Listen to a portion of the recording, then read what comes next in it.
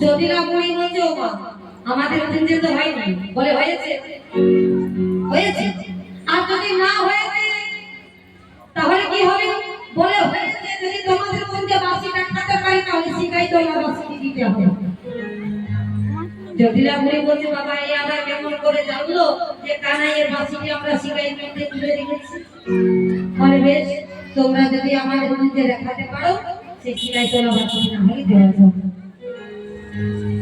এখন জটিলার মধ্যে গিয়ে দেখছে, জটিলার মধ্যে দেখছে একটা বাসি পরিসর হয়েছে, কুটিলার মধ্যে গিয়ে দেখছে একটা বাসি পরিসর হয়েছে। জটিলাকে ডাক করে বলে, কুটিলা ওই শিখাই তোলা বাসিটি আমাকে দিয়ে দে। যোগমায়া আকাশে কানাইয়ের বাসিটি নিয়ে সমস্ত বাসিগুলো রজগোবিন্দ হাতি থেকে নিয়ে আর যমুনার ধারে কানাইয়ের বাসিটি ললিতার হাতে দিয়ে দিল। আর এদিকে যোগমায়া সব বাসিগুলো নিয়ে কি করবে গো? বাসি করবে, কোটি কোটি করবে,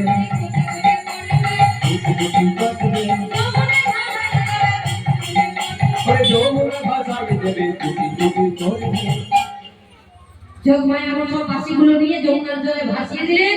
কানাইয়ের বাসিটি ললিতাকে দিল, ললিতা বাসিটিকে নিয়ে কানাইয়ের কাছে চলে যাচ্ছে।